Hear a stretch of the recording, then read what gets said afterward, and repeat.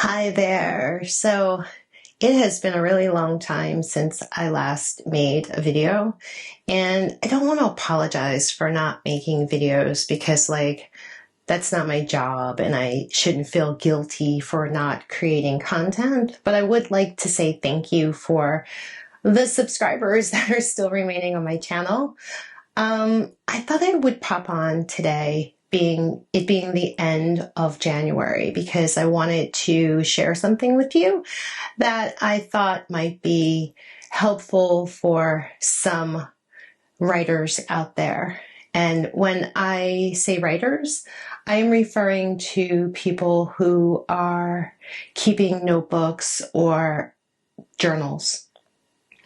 And so, it being the end of the month and having been a part of the journaling community, as well as being someone who works out consistently and who is a certified personal trainer in addition to being an English professor, I know that this time of the year, coming into February, is when a lot of people start feeling guilty or feeling like failures because they don't feel like they've kept up with their New Year's resolutions or the things that they said they were going to try to do in the new year. And for a lot of people who are in the journaling community, or new to the journaling community, or plugging away in the journaling community. And I say that because some people look at journaling as a discipline or a practice, something that they have to keep up with. And what happens is that people set these expectations for themselves in January that they're going to journal every day, or they're going to keep track of 3 things that they're grateful for every day, or they're going to attempt to write 3 pages of morning pages every morning, every day, every week. And it doesn't work out. And then they feel like they have failed. So I want to speak to that. The first thing I'd like to say on that note is that I don't particularly have a problem with failure. I think failure is an absolutely important part of life in that we learn a lot through failure. And sometimes failing at something doesn't mean that we should try harder. Sometimes failing at something means that the thing that we are attempting to accomplish is not for us and that we should move on, or that we are framing it the wrong way. So I'm going to start there because I myself, I don't keep a journal. Okay. I do sometimes journal. And so I'm looking at the word journal and I'm thinking, what's different here? And the difference is whether I'm using the word as a verb or as a noun. I do not keep a journal, something that I consistently journal in.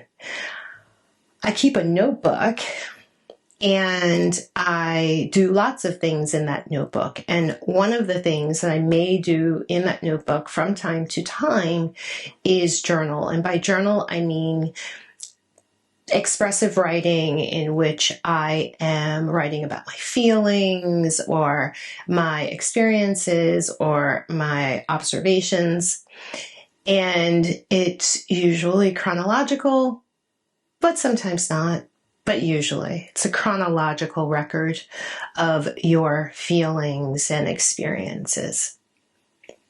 And there have been times in my life in which I have journaled on a consistent basis, especially when I'm going through a particularly difficult time in my life. I know I did a lot of journaling, and I did it kind of publicly while I was going through my separation and divorce, and then the early years of my ex-husband's passing.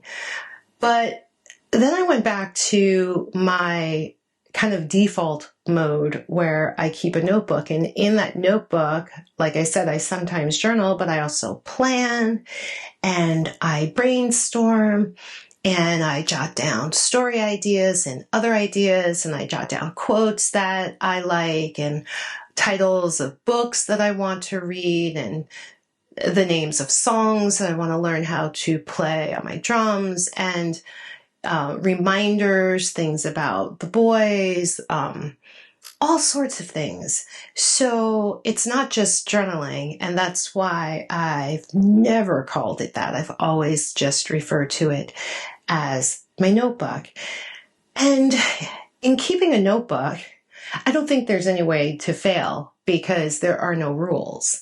And, it is what it needs to be whenever it needs to be that. And so there's absolutely no way for me to feel guilty or like I have failed because a certain day isn't filled out or completed or written on in any sort of way.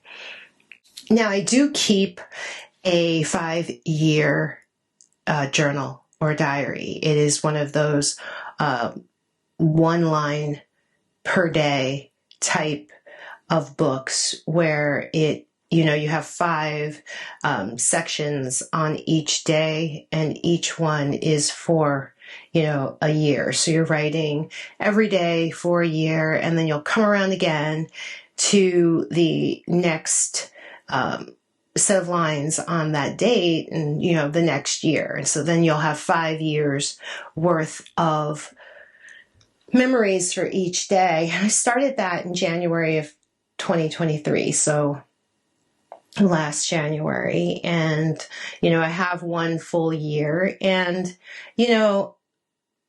that is not the easiest thing for me to keep. I'm going to be honest with you. It's not that I don't write every day. I do write every day. I'm a writer type of person, but I find that I hesitated to keep it in the first place because I knew that not every day is a good day. And I don't want to say the whole day is bad, but there are some bad and traumatic things that may happen in the course of a day, as I found out on September 6th when my father passed away.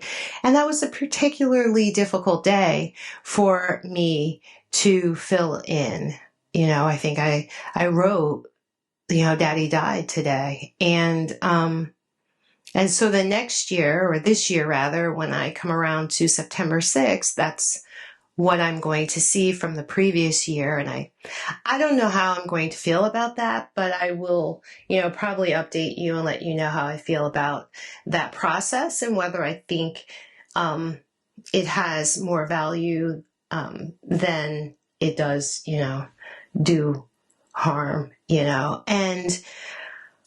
But in terms of failing at keeping a journal, I guess my thought is that we often put these arbitrary, kind of unrealistic and unnecessary restraints on ourselves and set these expectations that we just simply don't have to set. There's nothing out there to say that you must keep a journal every day, that you must have this discipline in which you write in a journal every day. If it is not in your nature to do so, then it's not going to come naturally to you, and it may actually feel quite stressful, which is really the opposite that it is supposed to do. Like, that's not giving you the benefit that it might give you if it wasn't something that you were stressing out about.